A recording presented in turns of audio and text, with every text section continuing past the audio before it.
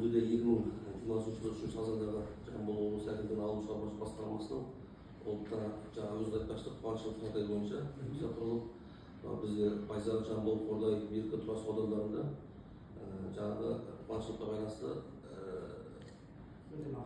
өтемақы төленді. Бұл жерде біздің облыс ауыл шаруашылық басқармасының хаттамасы бар. Хаттамада бұл жерде қазсу шаруа қожалығымен кәсіпорынмен келісімшарт болу қажет деген бөлім бар. Осы 64 шаруа қожалықтар осы келісімшарт болмаған.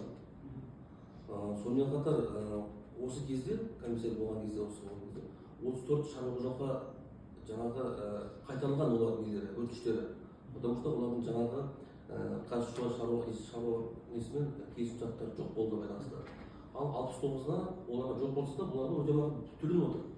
Сонымен 2024 жылы былтыр жылы біздің тексеру комиссиясы тарапынан мемлекеттік аудит жүргізіліп, осы анықтап және осы бюджетке қайтаруға қажет деп есептеп отырмыз. Ол енді жаңағы ауыл шаруашылығы басқармасының басшысы деп осы пікірде. Ол кісіден кеше сұхбат алып отырмыз, ол кісінің айтып отыр. ШС кезінде бұндай талап болған жоқ, сондықтан берілді. Ол үкіметтен былай айтқанда расталды деген сияқты. Сіздерге мен хаттаманы көшірмесін беруге болады ма? Төрағалық өткен басқарма басшысы отыр, қол қойылады. Қазір енді шаруалар былай айтқанда жарататын жаратып, шығындарын өтеп өздері алып алды ғой.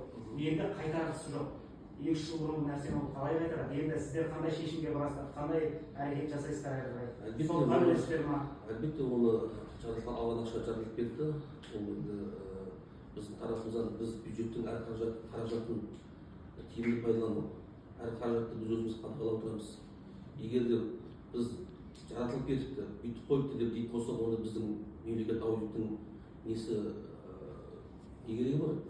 Сол үшін оны біз енді ауыл шаруашылығы басқармасына біз өзіміздің нұсқауымызды жолдаған болатынбыз. 2024 жылы жолданған осы 15 сәуірге шейін бюджетке есепті қайтару туралы заң салынған ақшаны. Енді бүгінгі таңда бүгін біздің облыстық прокуратурадан бізге хат келіп түсті.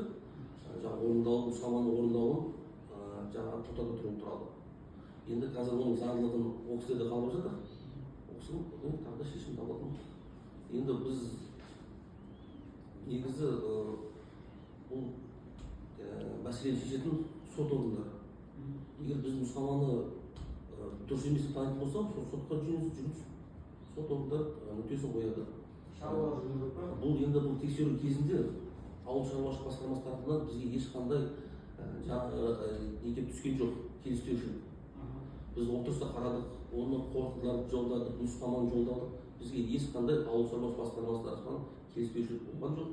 Біз одан нұсқаманы жолдадық. Енді нұсқаманың орындалу күні 15 сәуір. Осы күнге келіп отыр ғой.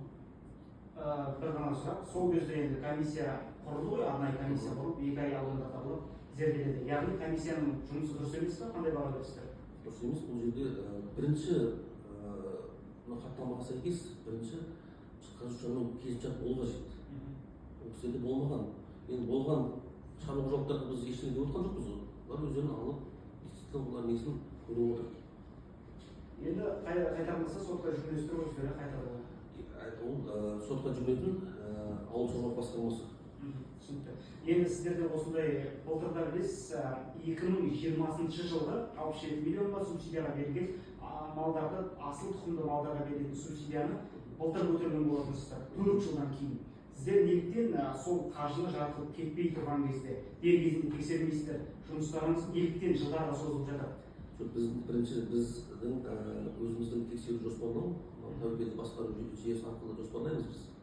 Ол жерде мемлекеттік аудит объектілерінің бүкіл нелері сарапталғанды сандық не түрінде.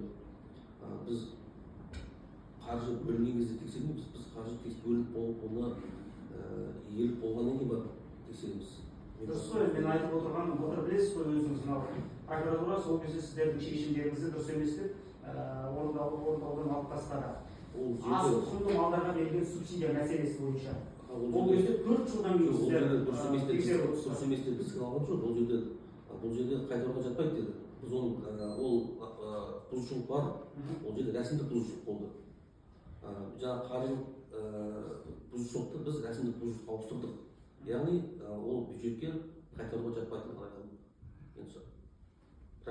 Сұрақ қоямын.